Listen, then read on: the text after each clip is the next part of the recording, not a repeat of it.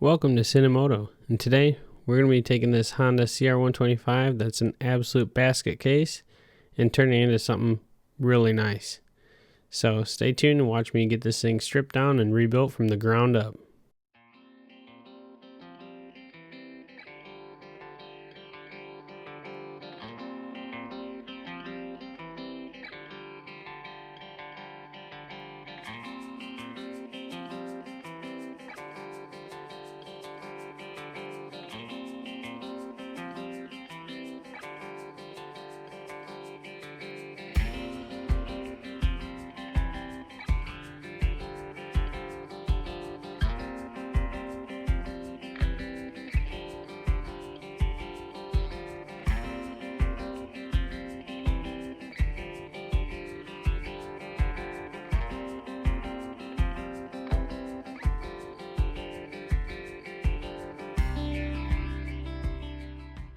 This is pretty much how I got the engine, just stripped apart like this, no top end. I just pulled the ignition off because apparently the previous owner forgot the most important thing before breaking down an engine, and that's to wash the bike. So if you take a look, this thing is pretty disgusting.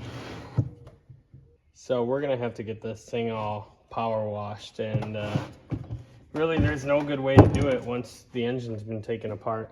So our only option here is to just spray it down, and then right after we power wash everything, split the thing apart so we don't get any water lodged in there or anything like that.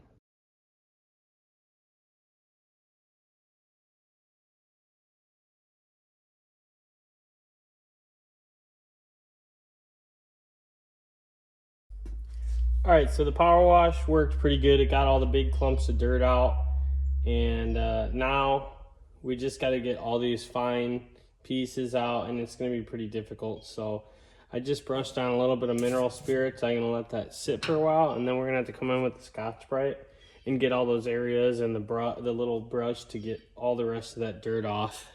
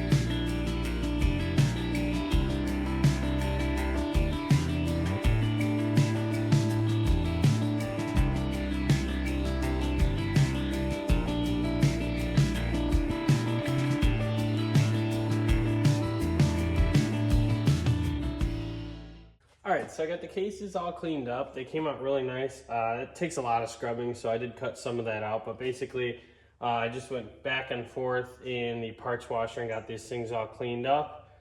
Our next task here is gonna be to get these main seals out so we can pull the crank bearings out. Because you can tell here, the crank bearing is highly discolored, and actually there's a hard spot. They don't like to spin very nice. So that is obviously partially the reason that this bike did blow up. Now, from what I was told, this bike blew the top end. The previous owner put a new top end on it, and then it blew up again, and he couldn't quite figure out why, because the top end didn't look that bad, the second top end. So obviously at this point, we wanted to take this whole engine apart so we could figure out maybe why that blew up, and I found what I would consider a main factor here. So this is the crankshaft, and while this thing spun really nice and it doesn't show any major discoloration, if you look at the rod here, right there, you'll see a piece of what is most likely the old piston or piston ring. I'm gonna assume it's the ring. The previous piston kind of disintegrated, and it took a lot of the, it shot the rings up into the old head, and it just ruined that whole top end. But nobody thought to pull the crank out because you could not actually see that because it's on the bottom side. So that's a good thing to find. So we're gonna replace this whole crank here. We're not gonna be reusing this. You probably could split this apart, put a new rod and bearing on and get away with it. But for the cost of a new crank, we're just gonna put a brand new one in.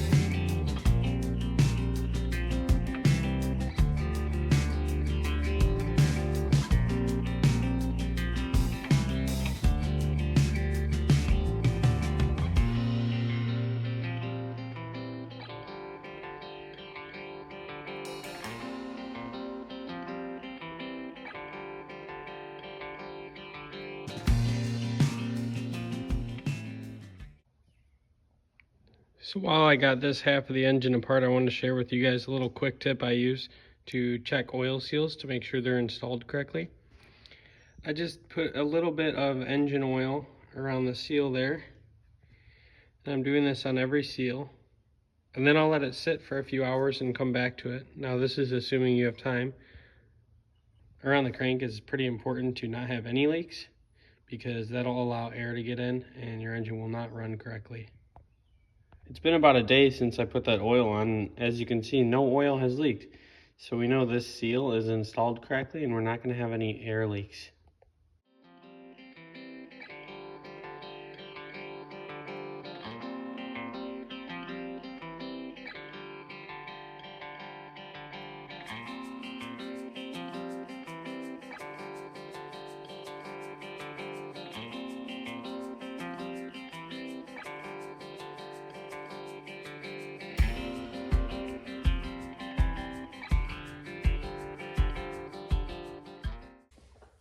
So when it comes to putting the top end on these two-stroke engines, there's certain things that I always make sure I'm using OEM parts on.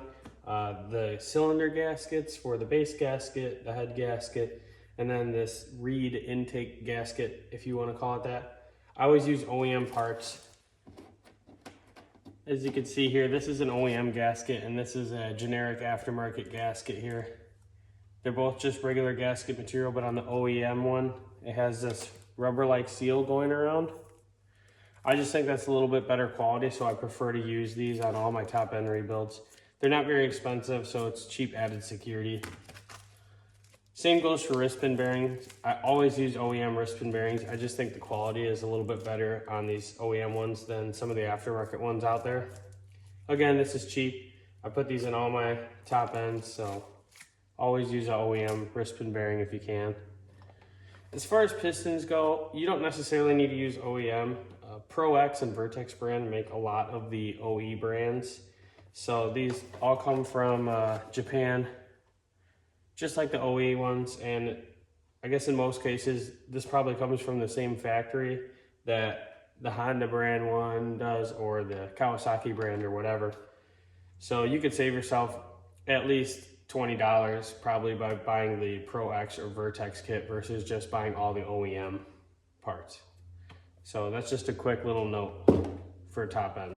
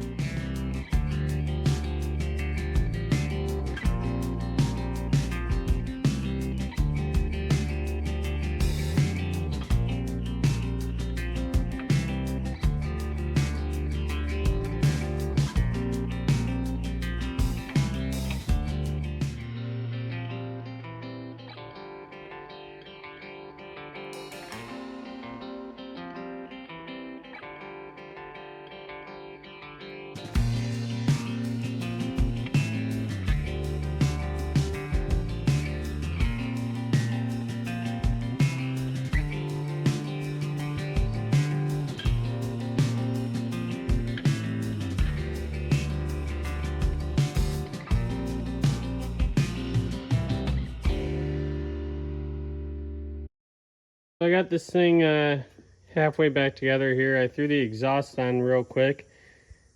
I wanted to check to make sure this cooling system didn't leak anywhere. I did have to straighten one of these radiators out with a little piece of wood and a hammer because it was a little bit bent. So I always go ahead and just fill this with regular water, household water, and make sure that the radiators are going to hold and that we don't have any loose clamps. It'd be a shame to fill this thing with coolant and have that expensive coolant spill out on the floor, and or just coolant spilling is a little bit worse than having water spill out. So I just topped this thing off with some water here. Now we're going to throw the gas tank on it real quick and see if this thing comes to life. It's now time to get this transmission filled up with oil here. So I'm going to be using some regular 10W40 non-synthetic, and it calls for 0.69 US quarts at disassembly.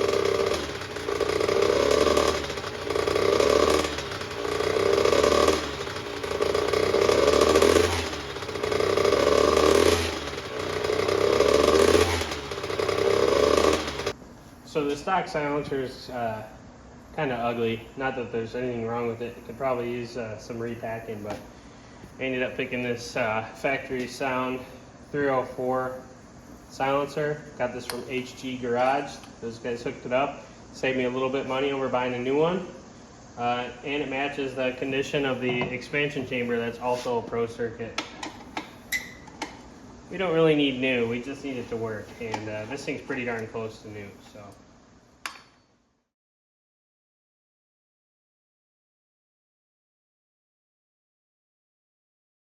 Got to get the hanger on there so I can get this bolted to the frame. Waiting on that's coming from Honda, as when I got this bike it didn't actually have that. It got lost somewhere along the way. Looks a lot better. I think it's time to do a second heat cycle.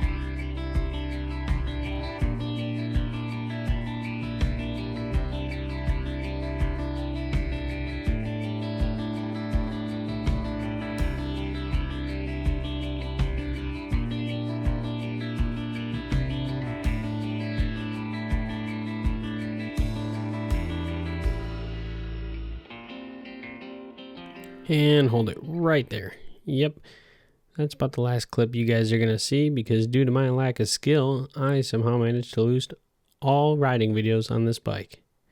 So, you're in for a little PowerPoint presentation on the slideshow of the CR125. So, these next few photos are after I got it all finished up. I only had this bike for about a day after I finished it, so it sold pretty quick, and I wasn't able to get any more riding videos, unfortunately. But this thing rode really nice. Engine was super strong and powerful, and it was honestly a really fun 125, and these things obviously look sharp as heck, so you can't go wrong with the CRs.